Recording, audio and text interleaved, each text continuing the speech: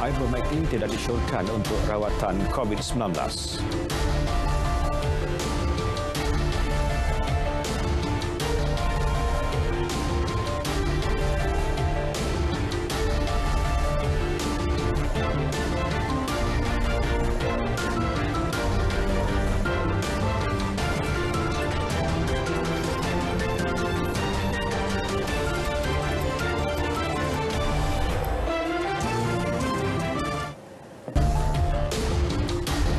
Assalamualaikum, salam sejahtera. Berita tengah malam bersama saya, Muhammad Shah Musa.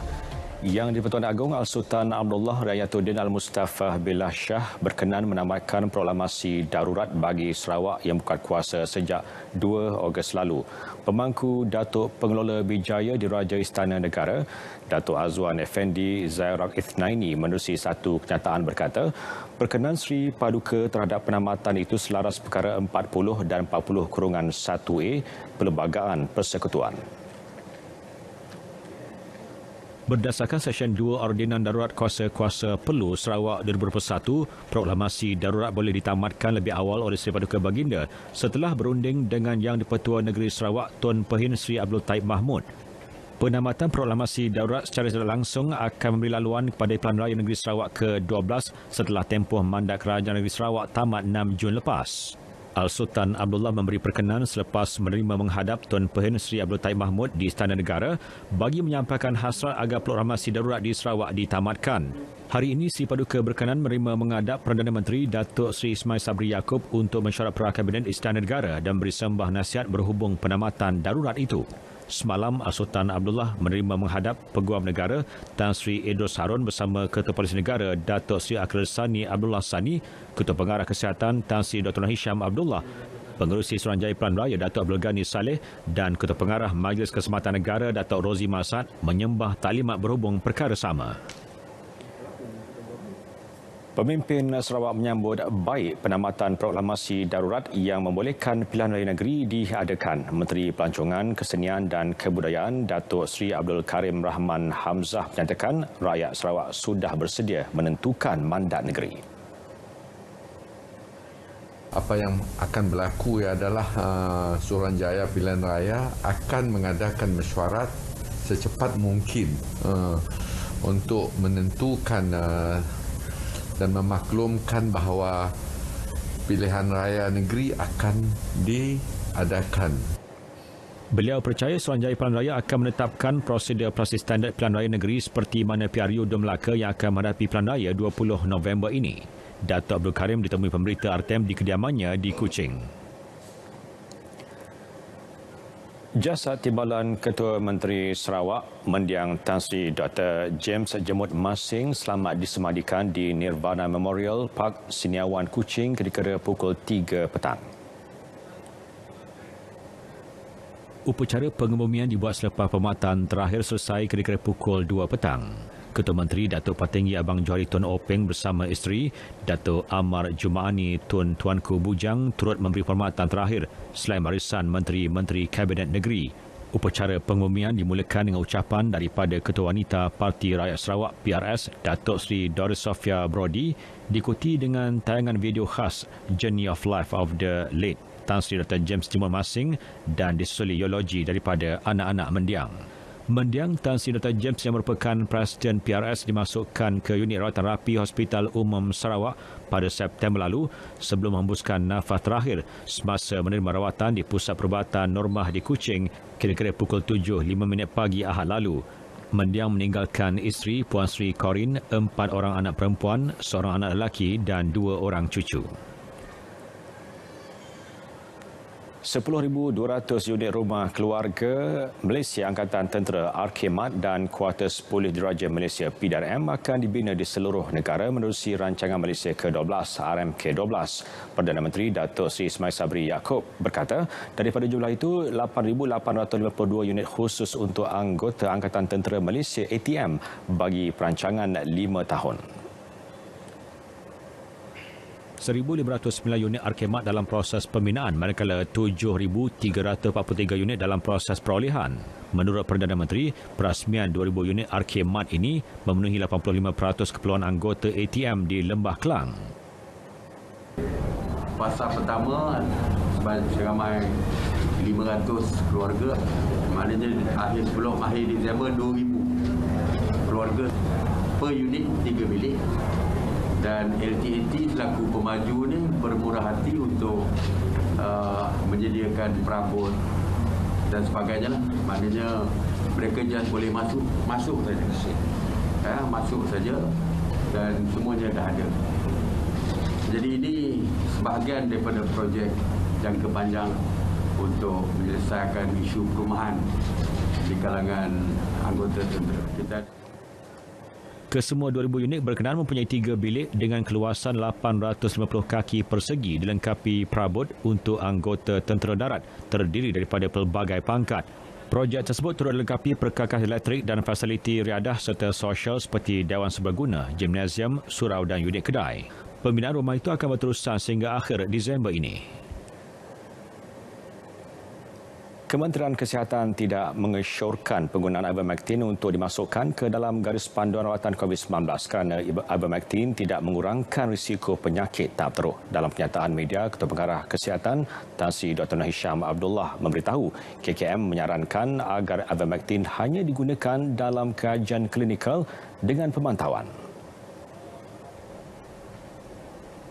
Keputusan tersebut selari dengan kajian berskala besar seperti Ivercor COVID-19 dari Argentina dan Brazil yang tidak menyokong penggunaan rutin ivermectin dalam amalan klinikal rawatan COVID-19. Pasukan kajian ITEC bercadang menghantar data kajian tersebut untuk diterbitkan di dalam jurnal peer review bagi memberi maklumat tambahan kepada kajian ivermectin termasuklah meta-analisis. Diharapkan kajian tempatan ini dapat memberi pencerahan kepada pengamal perubatan di Malaysia dan juga kepada orang ramai yang sering bertanya mengenai keberkesanan ivermectin dalam amalan klinikal rawatan COVID-19.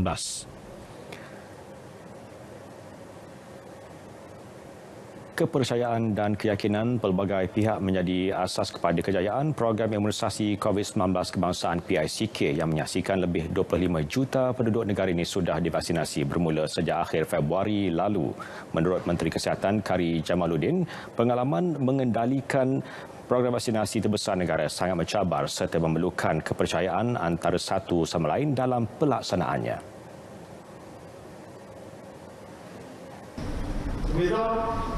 Trust, we cannot have succeeded in this program.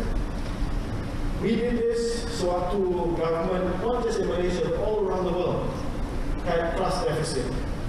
Ramai seluruh dunia yang tak percaya kepada kerajaan mereka, yang kata bahawa ada masalah urusan pandemic trust deficit. So I thought to myself, we must build trust with personal accountability. So waktu laman web AstraZeneca crash, I said sorry. I took responsibility. I said this was an error. And I think by taking personal responsibility and accountability, even if they don't trust me, they say, okay lah, at least they're not running away from the problems.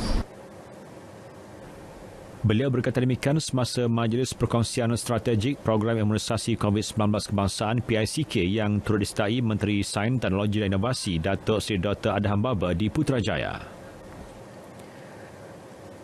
Kementerian Pertanian dan Industri Makanan MAFI menyokong tindakan Lembaga Pemasaran Pertanian Persekutuan FAMA meneruskan penggunaan teknologi dalam pemasaran. Menurut Timbalan Menteri Pertanian dan Industri Makanan, Dr. Nik Muhammad Zawawi Saleh, ia dapat membantu semua yang terlibat dalam pelbagai aspek. Platform teknologi ini bertepatan dengan strategi kementerian untuk memperluas dalam sistem rantaian makanan bagi meningkatkan kecekapan dan produktiviti. Jadi sekarang ini kita guna teknologi, kita ada platform. FAMA memperkenalkan platform dia sendiri dan bila penggunaan platform ini kita akan lebih mudah dan penggunaan kos itu kita dapat cut dengan baiklah.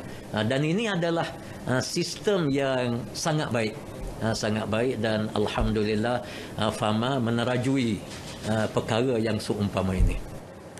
Beliau berkata demikian dalam sesi lawatan kerja ke Ibu Pejabat FAMA Bandar Baru Selayang, Batu Cave. Sementara itu, Ketua Pengarah FAMA Datuk Zainal Abidin Yang Razali berkata, FAMA akan terus melaksanakan pelbagai program termasuk meningkatkan bilangan outlet pemasaran yang merupakan teras FAMA. Pendekatan kita adalah outlet-outlet ini kita akan gabungkan bersama dengan teknologi-teknologi tadi. Kalau dahulu outlet ini dia stand by itself. But right now kita nakkan kalau kita membina pasar tani kekal yang sedia ada, kita akan juga incorporatekan mereka dengan pre-order, delivery, online dan sebagainya. Ini merupakan satu nilai tambah menerusi pemasaran secara dalam talian yang akan digabungkan melalui Agro Bazaar Online.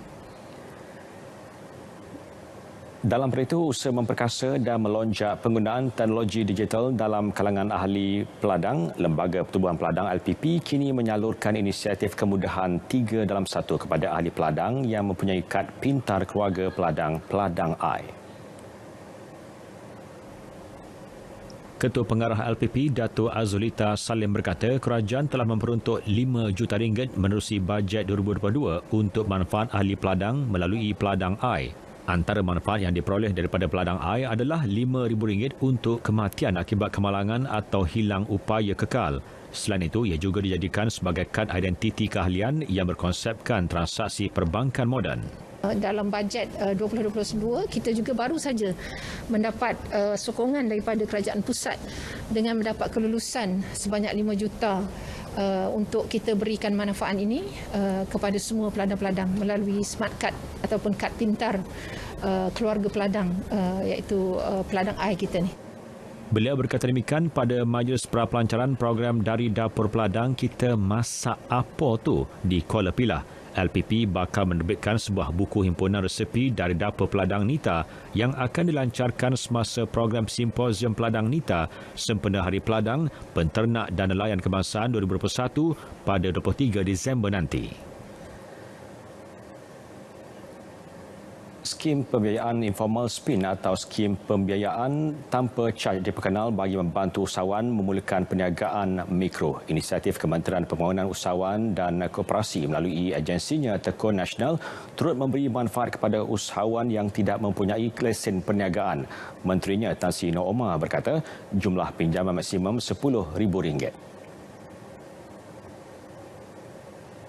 Sebanyak RM225 juta diperuntukkan dalam bajet 2022 dengan SPIN, salah satu skim yang diperkenalkan.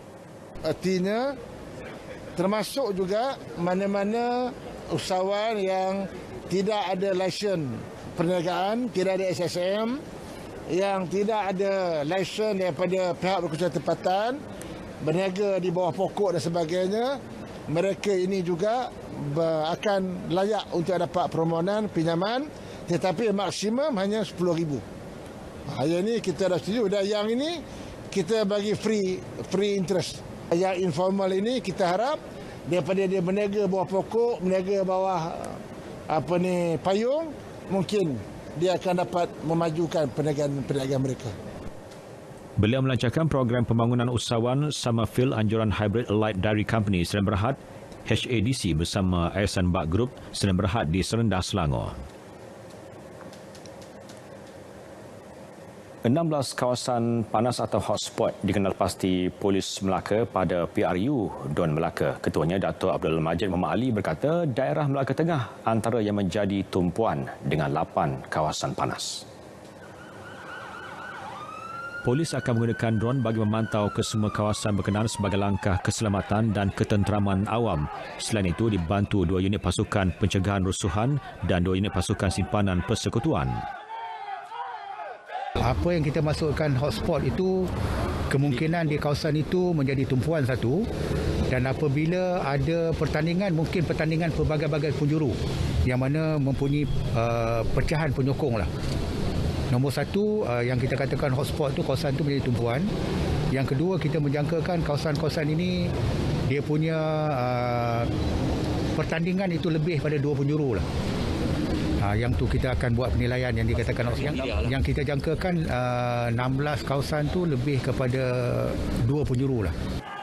Dato' Abdul Majid ditemui media selepas menyaksikan latihan polis menghadapi rusuhan di Balai Polis Melaka Tengah, Bandar Hilir. Seramai 3,835 anggota polis akan ditugaskan sepanjang PRU Don Melaka.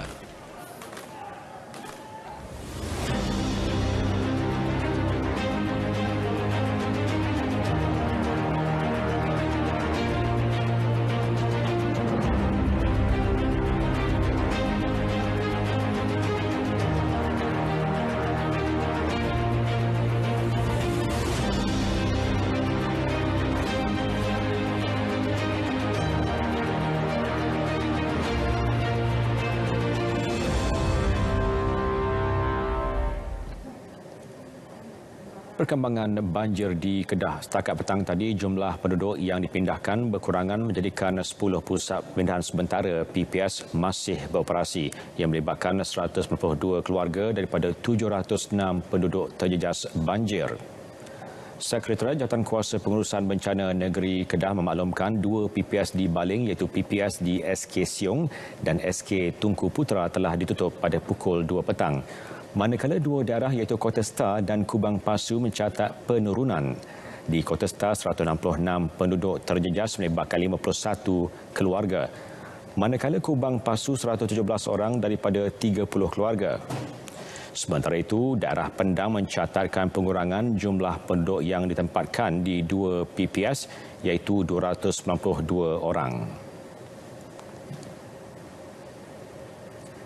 Sementara itu, keadaan banjir di Melaka semakin pulih apabila jumlah yang terjejas serta jumlah PPS makin berkurangan. Hanya 1 PPS yang masih dibuka iaitu PPS Sekolah Kebangsaan Durian Tunggal yang menempatkan 4 penduduk terjejas banjir.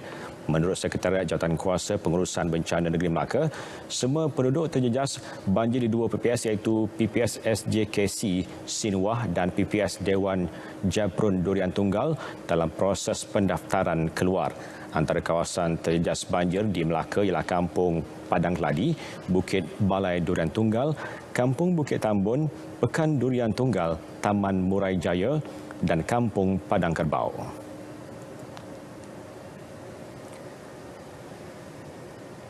Di Johor, sebuah pusat pemindahan sementara PPS Sekolah Kebangsaan Melayu Raya dibuka di Pekan Nanas Pontian. 18 penduduk daripada 4 keluarga dipindahkan berikutan banjir kilat melanda Kampung Paya Embun.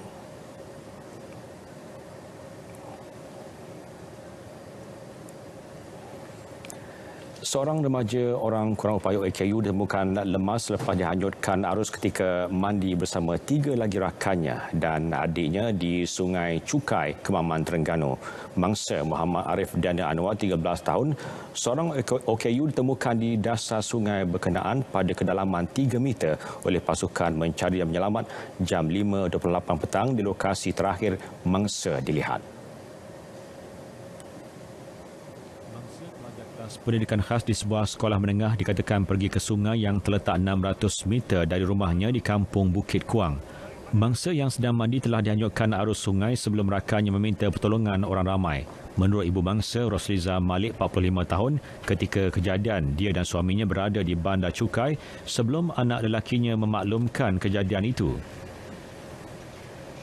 Masa kejadian tu saya pergi di Tuna Manja beli barang dapur. Dia nak minum air nistong. Jadi sampai ala balik dah. Adik dia telefon. Dia kata abang dia mandi sungai. Tu lemah. Terkapar-kapar tangan ke apa. Jadi saya pun dengan abang dia bawa kereta lajulah balik. Balik panggil mari ke sungai ni. Mari ke sungai tengok kawan-kawan dia cerita gitu belaka. Jadi saya pun bagi pendapat abang dia pun bagi telefon bomba dengan polis. Ketua Polis Daerah Kemaman, Superintendent Hanyan Ramlan berkata, mayat mangsa dihantar ke unit forensik Hospital Kemaman untuk bedah siasat. 3 pelajar Sekolah Menengah Kebangsaan Cukai TEPSAS di Kemaman, Terengganu mengharumkan nama negara apabila muncul juara pertandingan digital Do Your Bit Challenge bagi wilayah Asia Pasifik. Kemenangan Ahmad Nasruddin Anwar, Mifzal Haziq Mazlan dan Muhammad Amiruddin Amar diraih menerusi ciptaan alat analisis peratusan kandungan oksigen di dalam hutan bagi memantau aktiviti pembalakan. Mereka berjaya mengenepikan hampir 600 penyertaan dari negara Asia Pasifik lain. Ketua Kumpulan Ahmad Nasruddin berkata alat tersebut lebih murah, mudah serta praktikal berbanding penggunaan imej satelit. Pengesahan sebarang perubahan peratusan oksigen ataupun penurunan peratusan oksigen dalam hutan yang disebabkan oleh aktiviti pembalakan, pembakaran hutan, di mana ini adalah satu inisiatif untuk kita mengurangkan pengurangan oksigen dalam udara ini dan sekaligus untuk mengurangkan kesan pemanasan global lah, sebab yang kita tahu pemanasan global ni mendatangkan banyak kesan negatif kepada kehidupan kita. Sementara itu, Pengetua SMK Cukai Tengku Syahrir Tengku Dahlan berkata kemenangan itu akan menyuntik motivasi pelajar lain supaya terus berusaha mencipta sesuatu yang boleh dimanfaatkan. Pencapaian yang cukup amat luar biasa bagi kami sebagai sekolah harian biasa di negeri Terengganu yang totalinya pelajar-pelajar Melayu yang memenangi di peringkat Asia. Dan terima kasih juga kepada 2 orang guru pembimbing yang sentiasa bersemangat untuk membantu anak-anak pelajar kami, 3 orang pelajar yang sememangnya cukup hebat dengan idea-idea yang bernas. Polis Kelantan berjaya membekas 3 pengedar dadah dan kes samun bersenjata api di Kampung Keting, Gunung Bacok. Ketua Polis Kelantan, Datuk Syafin Mamat berkata 3 lelaki berusia 26 hingga 39 tahun telah direman. Pihak polis berjaya merampas pucuk pistol jenis revolver 38 dan sepasang gari di dalam sebuah kereta milik suspek serta merampas pelbagai jenis dadah antaranya pil kuda, syabu dan heroin. Hasil daripada tangkapan ini juga mempunyai kaitan dengan satu lagi kes samun bersenjata di daerah Gua Musang pada awal bulan lalu. Jadi setakat ini maklumat awal telah berjaya menyelesaikan kes dadah dan juga kes samun di daerah Gua Musang. Siasatan dibuat di bawah Seksyen 8 bracket A Akta Senjata Api 1960 dan lain-lain seksyen di bawah Akta Dadah Berbahaya termasuk 39 bracket B. Beliau berkata demikian selepas mesyuarat Ketua Polis Kelantan bersama Ketua Jabatan dan Ketua Polis Daerah di Bacok. Ketiga-tiga suspek positif dadah dan mempunyai rekod jenayah lampau. Kesemua suspek dipercayai terbabit dengan aktiviti pengedaran dadah di Bacok sejak tahun 2019. Bukan saja mahu menunaikan umrah, malah ingin mengenal pasti SOP yang ditetapkan oleh Kerajaan Arab Saudi. Demikian jelas bekas Menteri di Jabatan Perdana Menteri Haiwal Agama, Datuk Seri Dr. Zulkifli Muhammad Al-Bakri, memandangkan ibadah umrah kali ini dilakukan dalam norma baharu. Beliau menyertai antara kumpulan pertama dari Malaysia berlepas ke Tanah Suci setelah pembukaan semula sempadan untuk ke luar negara bermula 11 Oktober lalu. Secara rasmi tidak ada. Secara rasmi saya lebih kepada hubungan untuk menziarahi Rasulullah SAW dan juga untuk melaksanakan ibadat umrah di samping untuk melihat bagaimana SOP yang mungkin boleh berkongsi selepas bulan nanti insyaAllah.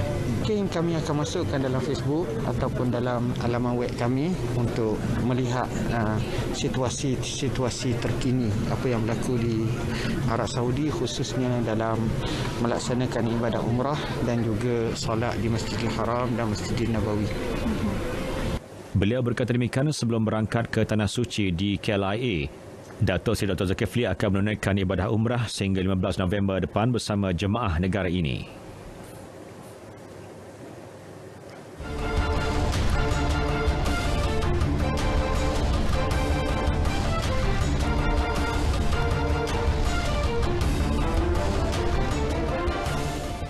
Perkembangan sukan, kontingen Malaysia sah akan bertanding di Sukan Para Remaja Asia AYPG 2021. Majlis Paralimpik Malaysia MPM menarik nafas lega selepas mendapat kebenaran Kementerian Belia dan Sukan KBS untuk menyertai tamasya itu dari 2 hingga 6 Disember ini di Manama, Bahrain. Presiden MPM Datuk Seri Megadi Syahriman Zahrudin berkata Malaysia akan diwakili 14 atlet terdiri daripada 8 lelaki dan 6 wanita. Mereka akan beraksi dalam 6 jenis sukan iaitu olahraga, badminton, boccia, renang, pingpong dan powerlifting. Beliau juga menzahirkan rasa terima kasih kepada KBS dan Majlis Sukan Negara MSN di atas pertimbangan dan sokongan mereka. Menurutnya, AYPG 2021 akan menjadi platform kepada program pembangunan belia menjelang Sukan Para Asia 2022 di Hangzhou, China, Sukan Commonwealth 2022 di Birmingham, England dan Sukan Paralimpik Paris 2024 di Perancis. Dalam masa sama, Datuk Seri Megat mengumumkan Kuching Sarawak disenarai pendek untuk menjadi tuan rumah AYPG 2025 oleh Jawatankuasa Paralimpik Asia. Malaysia menyertai tamasya ini sejak edisi pertamanya di Tokyo pada 2009 dan menjadi tuan rumah pada edisi 2013. Kira-kira sebulan sebelum sepak mula kejuaraan Piala Persekutuan Bola Sepak ASEAN AFF 2020 di Singapura, Ketua Jurulatih Skuad Kebangsaan Tan Cheng Ho menyuarakan kebimbangan terhadap faktor kecederaan dan keletihan pemain. Cheng Ho berkata kedua-dua faktor itu boleh terjadi kepada mana-mana pemain berikutan jadual padat Piala Malaysia yang kini sedang berlangsung sehingga 30 November. Sementara itu, Malaysia akan memulakan saingan kumpulan B Piala AFF berdepan Kemboja pada 6 Disember. Cheng Ho kini tiada pilihan selain hanya berharap dapat membentuk sebuah pasukan yang mampu beraksi di tahap optimum. Menyentuh mengenai persiapan pasukan, beliau terus berharap dalam tempoh yang singkat dapat memulakan latihan penuh seawal 1 Disember. Namun beliau menjangkakan hanya dapat melengkapkan pasukan 2 hari selepas perlawanan akhir Piala Malaysia. Selain Kemboja, Malaysia turut diundi bersama Laos, Vietnam dan Indonesia dalam kumpulan B. Selepas meraih gelaran nombor 1 Asia dan ke-42 dunia dalam ranking Kesatuan Berbasikal Antarabangsa UCI musim 2021, pasukan bertaraf benua Terengganu Cycling Team TSG berazam untuk meneruskan momentum cemerlang itu pada musim 2022. Pengarah eksekutifnya, Datuk Tengku Farouk Hussein Tengku Abdul Jalil berkata beberapa kejayaan yang dilakar sepanjang musim ini bakal dijadikan penanda aras dalam memburu lebih banyak kemenangan pada musim depan. Pada kedudukan ranking UCI 2021, TSG dinobatkan selaku pasukan nombor 1 Asia buat kali ketiga sejak penubuhannya 10 tahun lalu. Alhamdulillah lah, mungkin kerana nak kata kerana COVID tu memberi rezeki kita pun tidak juga. Kerana semasa kita menyertai kejohanan di Turki tu bukan calon-calon orang juga yang masuk tim tu. Tapi kejayaan yang kita tempah tu merupakan satu lembaran baru lah bagi kita membuka jalan kita juga untuk menyertai kejohanan-kejohanan yang lebih hebat pada tahun depan. Dan dalam masa yang sama juga kita mempromosikan negeri Terengganu kita kepada negara-negara lain lah, insya-Allah. Beliau ditemui pada majlis pelancaran studio pasukan dan pengumuman rasmi TSG selaku juara Asia bagi musim 2021 kepada media. Berita tengah malam berakhir di sini. Pastikan anda lakukan ujian kendiri COVID-19 sebelum melakukan perjalanan rentas negeri dan sentiasa jaga SOP. Yang sahih di Berita RTM, saya Muhammad Syah Musa. Salam hormat dan selamat malam.